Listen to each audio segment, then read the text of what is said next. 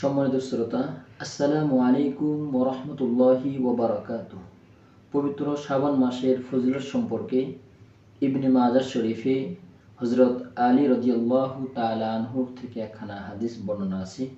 ওয়া আন আলী রাদিয়াল্লাহু তাআলা আনহু قال قال رسول الله صلى الله عليه وسلم إذا كانت ليلة النصف من شعبان فقوموا ليلها وصوموا يومها فإن الله تعالى ينزل فيها لغروب الشمس إلى السماء الدنيا فيقول ألا من مستغفر فأغفر له ألا مسترزق فأرزقه ألا مبتلا فأعافيه ألا كذا حتى يطلع الفجر رواه ابن ماجه।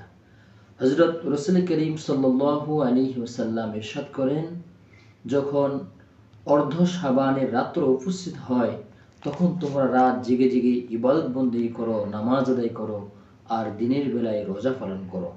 কারণ ওই দিনে সূর্যাস্তের পরপরেই মহান আল্লাহ পাক রব্বুল আলামিন প্রথম আসমানে নেমে আসেন আর বলতে থাকে, কোনো ক্ষমা প্রার্থী কি আছে? আজকে ক্ষমা চাইবে, আমি তাকে ক্ষমা করে দেব। কোনো বিপদগ্রস্ত কি আছে?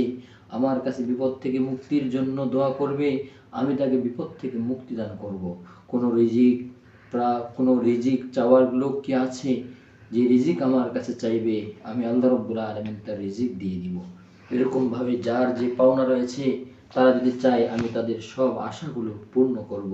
এভাবে ফজর পর্যন্ত বলতে থাকে, ঘোষণা করতে থাকে। আসুন সেই শাবান মাসের রাতটি আসলে আমরা যেন ওই রাতে ইবাদতবন্দি করতে পারি এবং দিনে রোজা রাখতে পারি। আল্লাহ আমাদের তৌফিক দান করুন, আমিন।